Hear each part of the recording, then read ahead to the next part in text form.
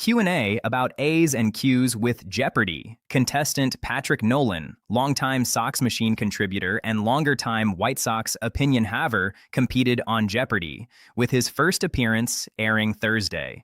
This interview runs through his entire experience and includes a recap of moments to add context to questions. So if you haven't yet seen it and would like to check it out before knowing the outcome, then stop reading here. But leave the page open so ads will refresh. Pinolese. Back in 2017, I was invited to join a trivia league, Learned League, with a few friends from college. After playing a season of the league, it was clear that I was easily the worst player in the group, which made me really mad. My personality isn't wired to continue participating long-term in something I'm really bad at, so there were two roads. Either one, quit, or two, take it way too seriously and get better. The gym class hero in me won out, and I started studying history, memorizing geography, theater, Shakespeare, you name it. Eventually, Jeopardy! Became part of my studying, as I realized there was often overlap between topics asked about on the show and questions I'd get in the trivia league. As I was watching the show basically every day, at some point my primary motivation shifted from I care about Learned League to I care about Jeopardy! Looking back at my daily logged score sheets, I'd say this means it became a dream sometime around 2018. Pinolles, Jeopardy! Has an anytime test online that you can take once per year, plus one gratuitous attempt on March 30th, Jeopardy! The test is 50 questions, and it's unknown how many you need to get correct to pass, though conventional wisdom online suggests it's around 35 out of 50. If you pass this test, you may get asked back to take a second 50-question test, but this time on Zoom, presumably to make sure no one is feeding you the answers. If you pass the second test, you may get asked back for an audition. At the audition, they have you play a mock game of Jeopardy! Clicking a pen or something in lieu of a real buzzer. I don't know how much they're grading you on performance at that point, but I do know that they're checking to make sure you can keep the game moving without disrupting the flow. You also have to answer personal anecdote questions along the lines of what Ken asks in the contestant interview portion of the show. By random chance, I got the dreaded, "What would you do with the money?" question, which I scuffled my way through since I was never thinking about Jeopardy! In terms of prize money. In any event, I must have done okay enough because I wound up in the contestant pool, meaning they could call me to come on the show anytime in the next 2 years, though sometimes the 2 years expire without getting the call and you have to repeat the whole process. On Jan 16 of this year, I got the call, and it rocked my world. Pinolles. I actually missed the call when it originally came in. However, they left a voicemail and a text message, and when the Los Angeles number popped up on my phone, it said, maybe name, where name I recognized as the name of the person who ran my audition. So there were plenty of indications it was the real deal. They gave me a tentative tape date and just wanted to firm up that I would be available if we were to move forward.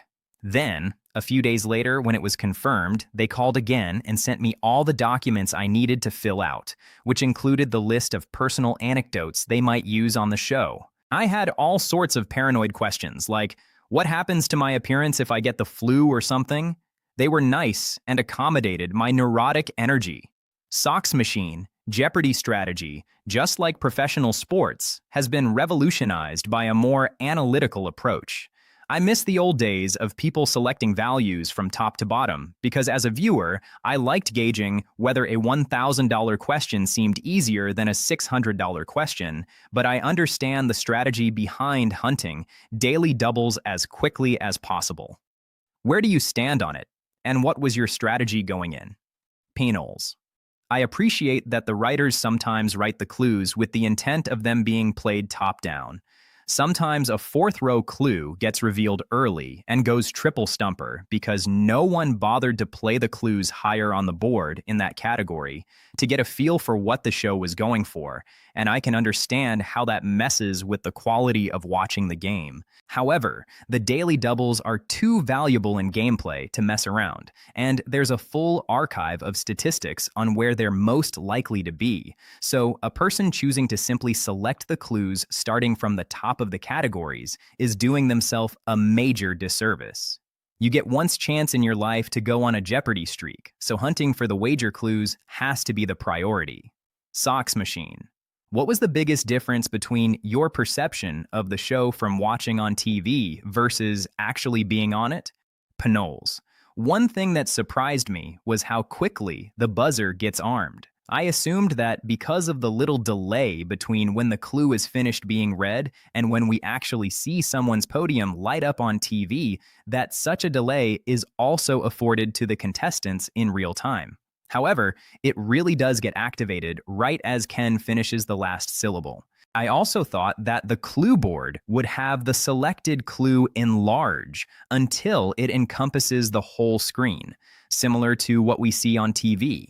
In reality, the categories at the top of the screen stay visible, and they have a separate screen below the categories where the contestants can read the clues. Also, on picture clues, the picture appears side by side with text, so you can actually read the clue on those as well, whereas on TV, you just get the picture and listen to Ken read. Oh, and I imagined that the green room would actually be green. It was not. Socks machine. Do you wish you made it on in time for Alex Trebek, or are you a Ken Jennings guy now? Panoles.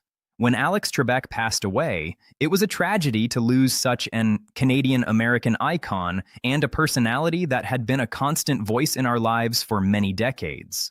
For me personally, I was sad that it meant I would never get to meet him. That all said, I love the energy that Ken brings to the show and am very glad they selected him to be the host. He's very personable and engaging with both the contestants and the audience, and he's very quick-witted at putting an amusing button on a conversation. My dad was in the audience and got a chance to ask him a question. What was your most difficult category when you were on the show? After some thought, his response was something along the lines of, I wasn't great with country music, and I was typically lost whenever there was a hockey question. So, anything with mullets, really. Socks machine.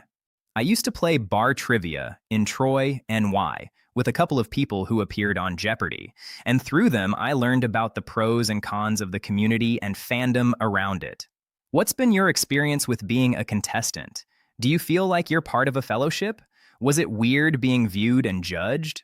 Penoles. The Jeopardy contestant community is very welcoming, and it very much does feel like a tight-knit group strengthened by sharing a common, significant life experience. It's great to be able to talk to other people that have been put through the ringer.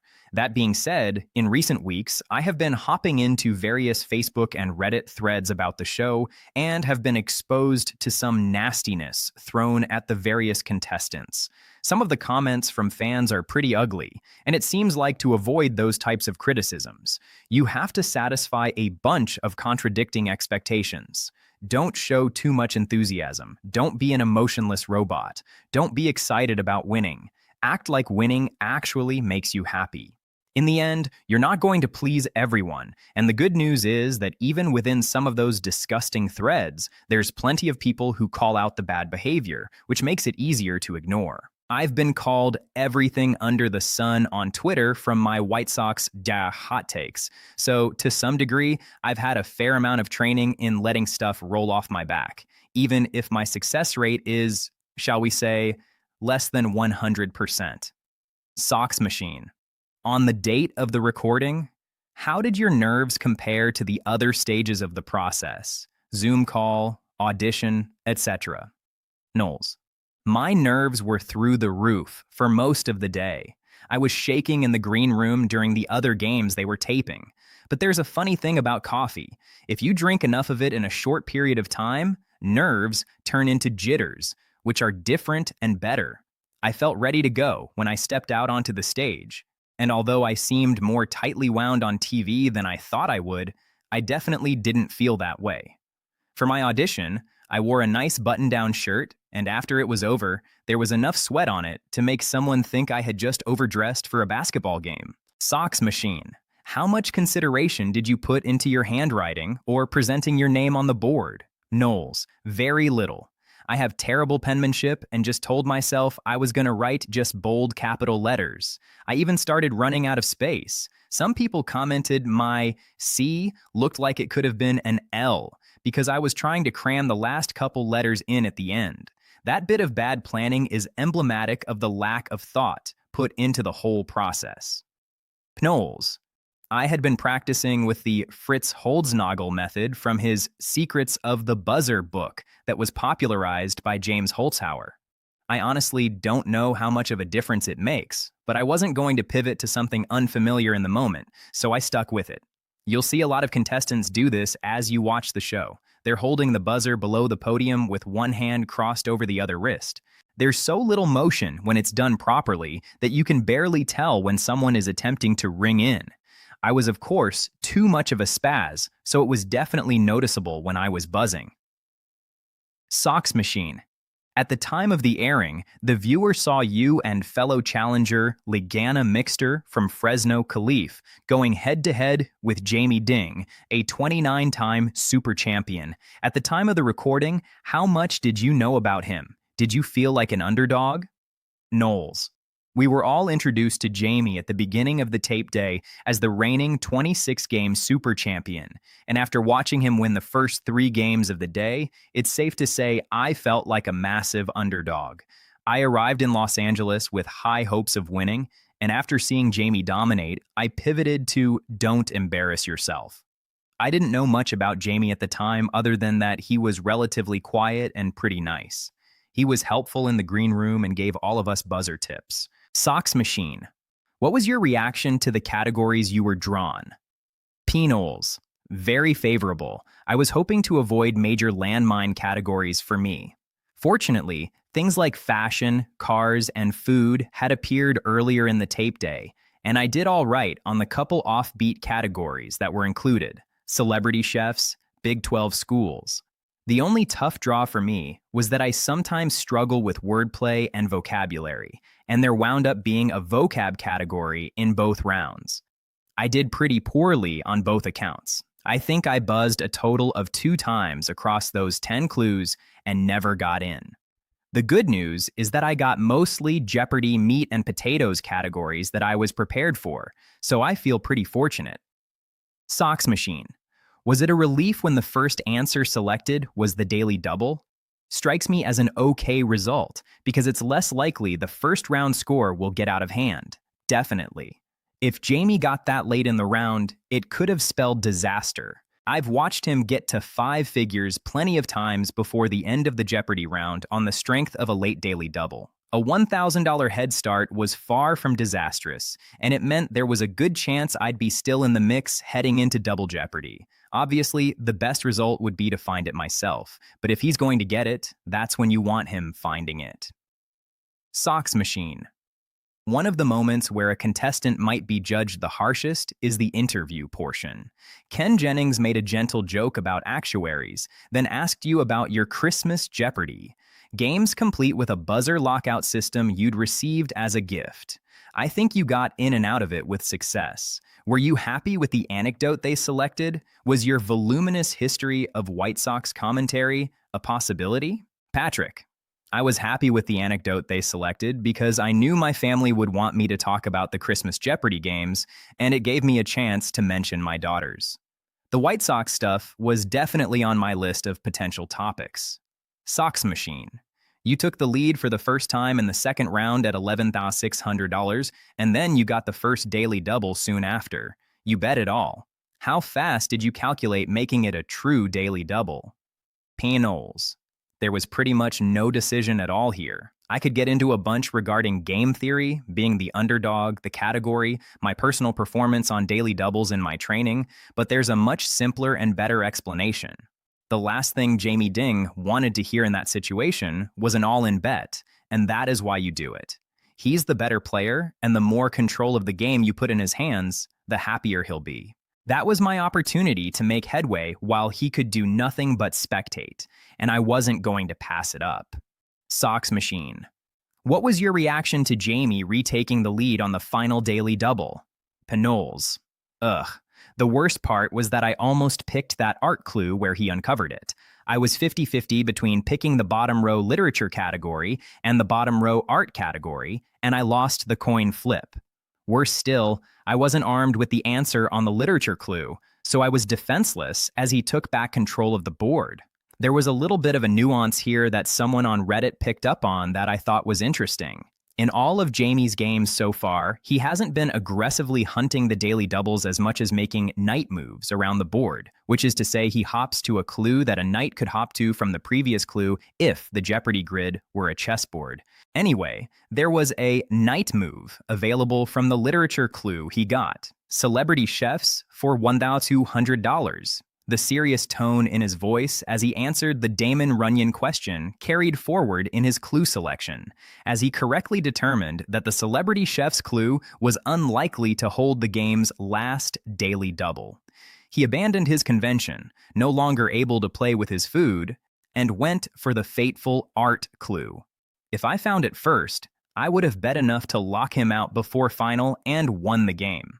Socks Machine. You finished $2,800 behind Jamie entering Final Jeopardy, which is suboptimal in the sense that you don't control your own destiny. But it's not bad in the sense that you're probably 99% likely to win if Jamie merely gets the answer wrong.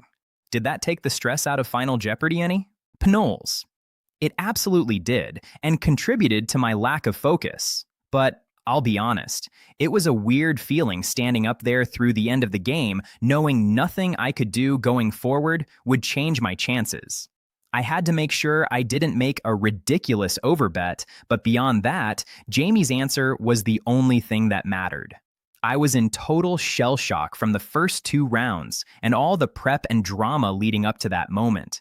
I was practically dissociating from it, so much so that coordinators kept asking me if everything was okay. I took forever to lock in my wager, not because I was unsure of it, but because I was having such a hard time functioning. Socks Machine. How did Final Jeopardy compare to how you imagined it? Did you even hear the music? Knowles. I'm pretty sure the music was playing.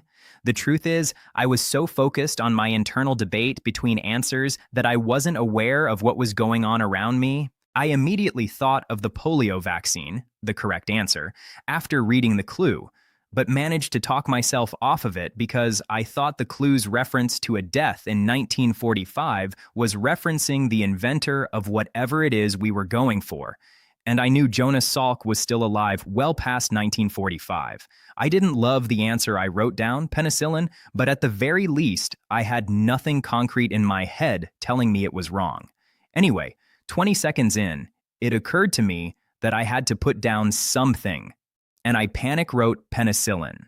Not my finest moment, and I'm just thankful it ultimately didn't matter at all. Socks Machine. When my friend in Troy competed on Jeopardy, I didn't ask her about it until after the airing party, just because it was understood she wouldn't be able to divulge anything. How tough was it to keep the outcome to yourself? Panoles. It was very hard because there are so many innocuous questions that people can ask you where you can inadvertently give away the outcome. An example, when was your tape day? Well, how do I answer this in such a way that it's ambiguous how many tape days there were? I wasn't super tempted to actually tell people how I did in advance, but it was very challenging to talk about the experience without inadvertently giving away information. Socks Machine. What did you think of your performance when watching it as a TV viewer? Who did you watch it with? We had a watch party with family and friends, and it was really fun because there was a lot of loud cheering for responses. I honestly didn't think I would look so serious and locked in the whole time and thought I smiled more. I also buzzed on more clues than I thought I did. I had a moment when I was looking through my game on the Jeopardy archive after it was released on the 23rd and came across the Diego Velázquez art clue. I read it and was completely lost. Then I watched myself get it right on the show later that day. I must have been on a whole different level when I was taping. Socks machine. What's sticking with you now that you have some distance from it? Any future trivia plans? For the time being, I'm in the mix for the second chance tournament, so I've got to try to stay sharp for that. After all that finishes up, I'll have to ask myself some tough questions about my relationship to trivia. It has taken a lot of time and mental energy over the last 8 to 9 years or so to upskill at this, and you have to continue to practice to even maintain your current level. I don't know that I'll have the same motivation for it once my Jeopardy journey is over. There's probably many more productive and beneficial ways to spend my time. If this is the end, we'll always have San Marino. Socks machine. I have to ask you the Cliff Clavin question. Final Jeopardy. You're leading by more than double the runner-up, so you don't have to bet anything and you'd still win. The category is 21st Century White Sox. What would you have wagered? Penals. Defensive keep the lead wager. Too risky, and I'm actually pretty bad at baseball trivia, even if that is easily the best possible subcategory of baseball trivia I could get. I had so many fears going on the show that there would be a baseball category and I'd flub something. So much so that I'm glad there wasn't one, even if that would likely have given me an advantage. Socks machine. And if the category was overrated Kansas City catchers? Knowles. All in, and thanks to Sal for the free money.